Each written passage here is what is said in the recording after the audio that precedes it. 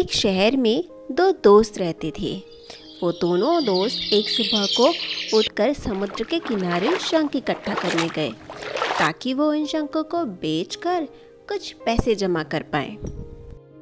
वो दोनों शंख की तलाश समुद्र में कर ही रहे थे कि इतने में पहले वाले दोस्त को एक बड़ा सा शंख मिला और दूसरा दोस्त उसे देखकर ये सोचने लगा कि उसे इतना बड़ा शंख मिला है तो बेशक वो इसे बेचकर खूब सारे पैसे कमा पाएगा।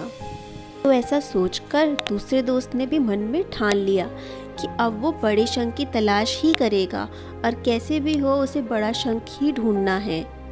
और ऐसा सोचकर वो खूब अपनी मेहनत से बड़े शंख की तलाश में जुट गया। पर खूब मेहनत के बाद भी उसे बड़ा शंख हासिल नहीं हुआ। उसने सुबह से दोपहर, दोपहर से शाम उस बड़े शंख की तलाश करता रहा खूब मेहनत करके, पर उसे शंख नहीं मिला। और इस चक्कर में उसे जो छोटे छोटे शंख मिले थे वो उन्हें फेंक देता कि उसके दिमाग में तो था कि उसे सिर्फ और सिर्फ बड़ा शंख चाहिए, उसे छोटे शंख चाहिए ही नहीं थे। और ऐसा करते हुए सुबह से रात हो गई पर उसके हाथ कुछ भी नहीं आया। और जो पहले वाला दोस्त था उसने अपने सारे शंख मार्केट में बेच दिए और उसे उसके कुछ पैसे भी मिल गए। अब दूसरा दोस्त बहुत दुखी हो गया कि उसने तो बड़ी शंख की तलाश करी थी और उसने इतनी मेहनत भी की थी पर उसके हाथ तो कुछ भी नहीं आ पाया।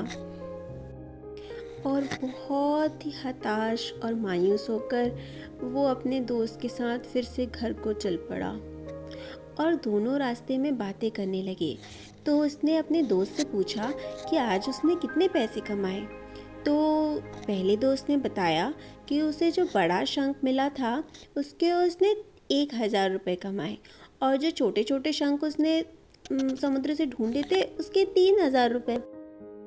उसकी बातें सुनकर दूसरा दोस्त सोचने लगा कि छोटे शंख तो उसे भी मिले थे पर उसे तो बड़े शंख की तलाश थी तो उसने छोटे छोटे शंख फेंक दिए थे, तो इसलिए उसके पास कुछ पैसे वो जमा नहीं कर पाया।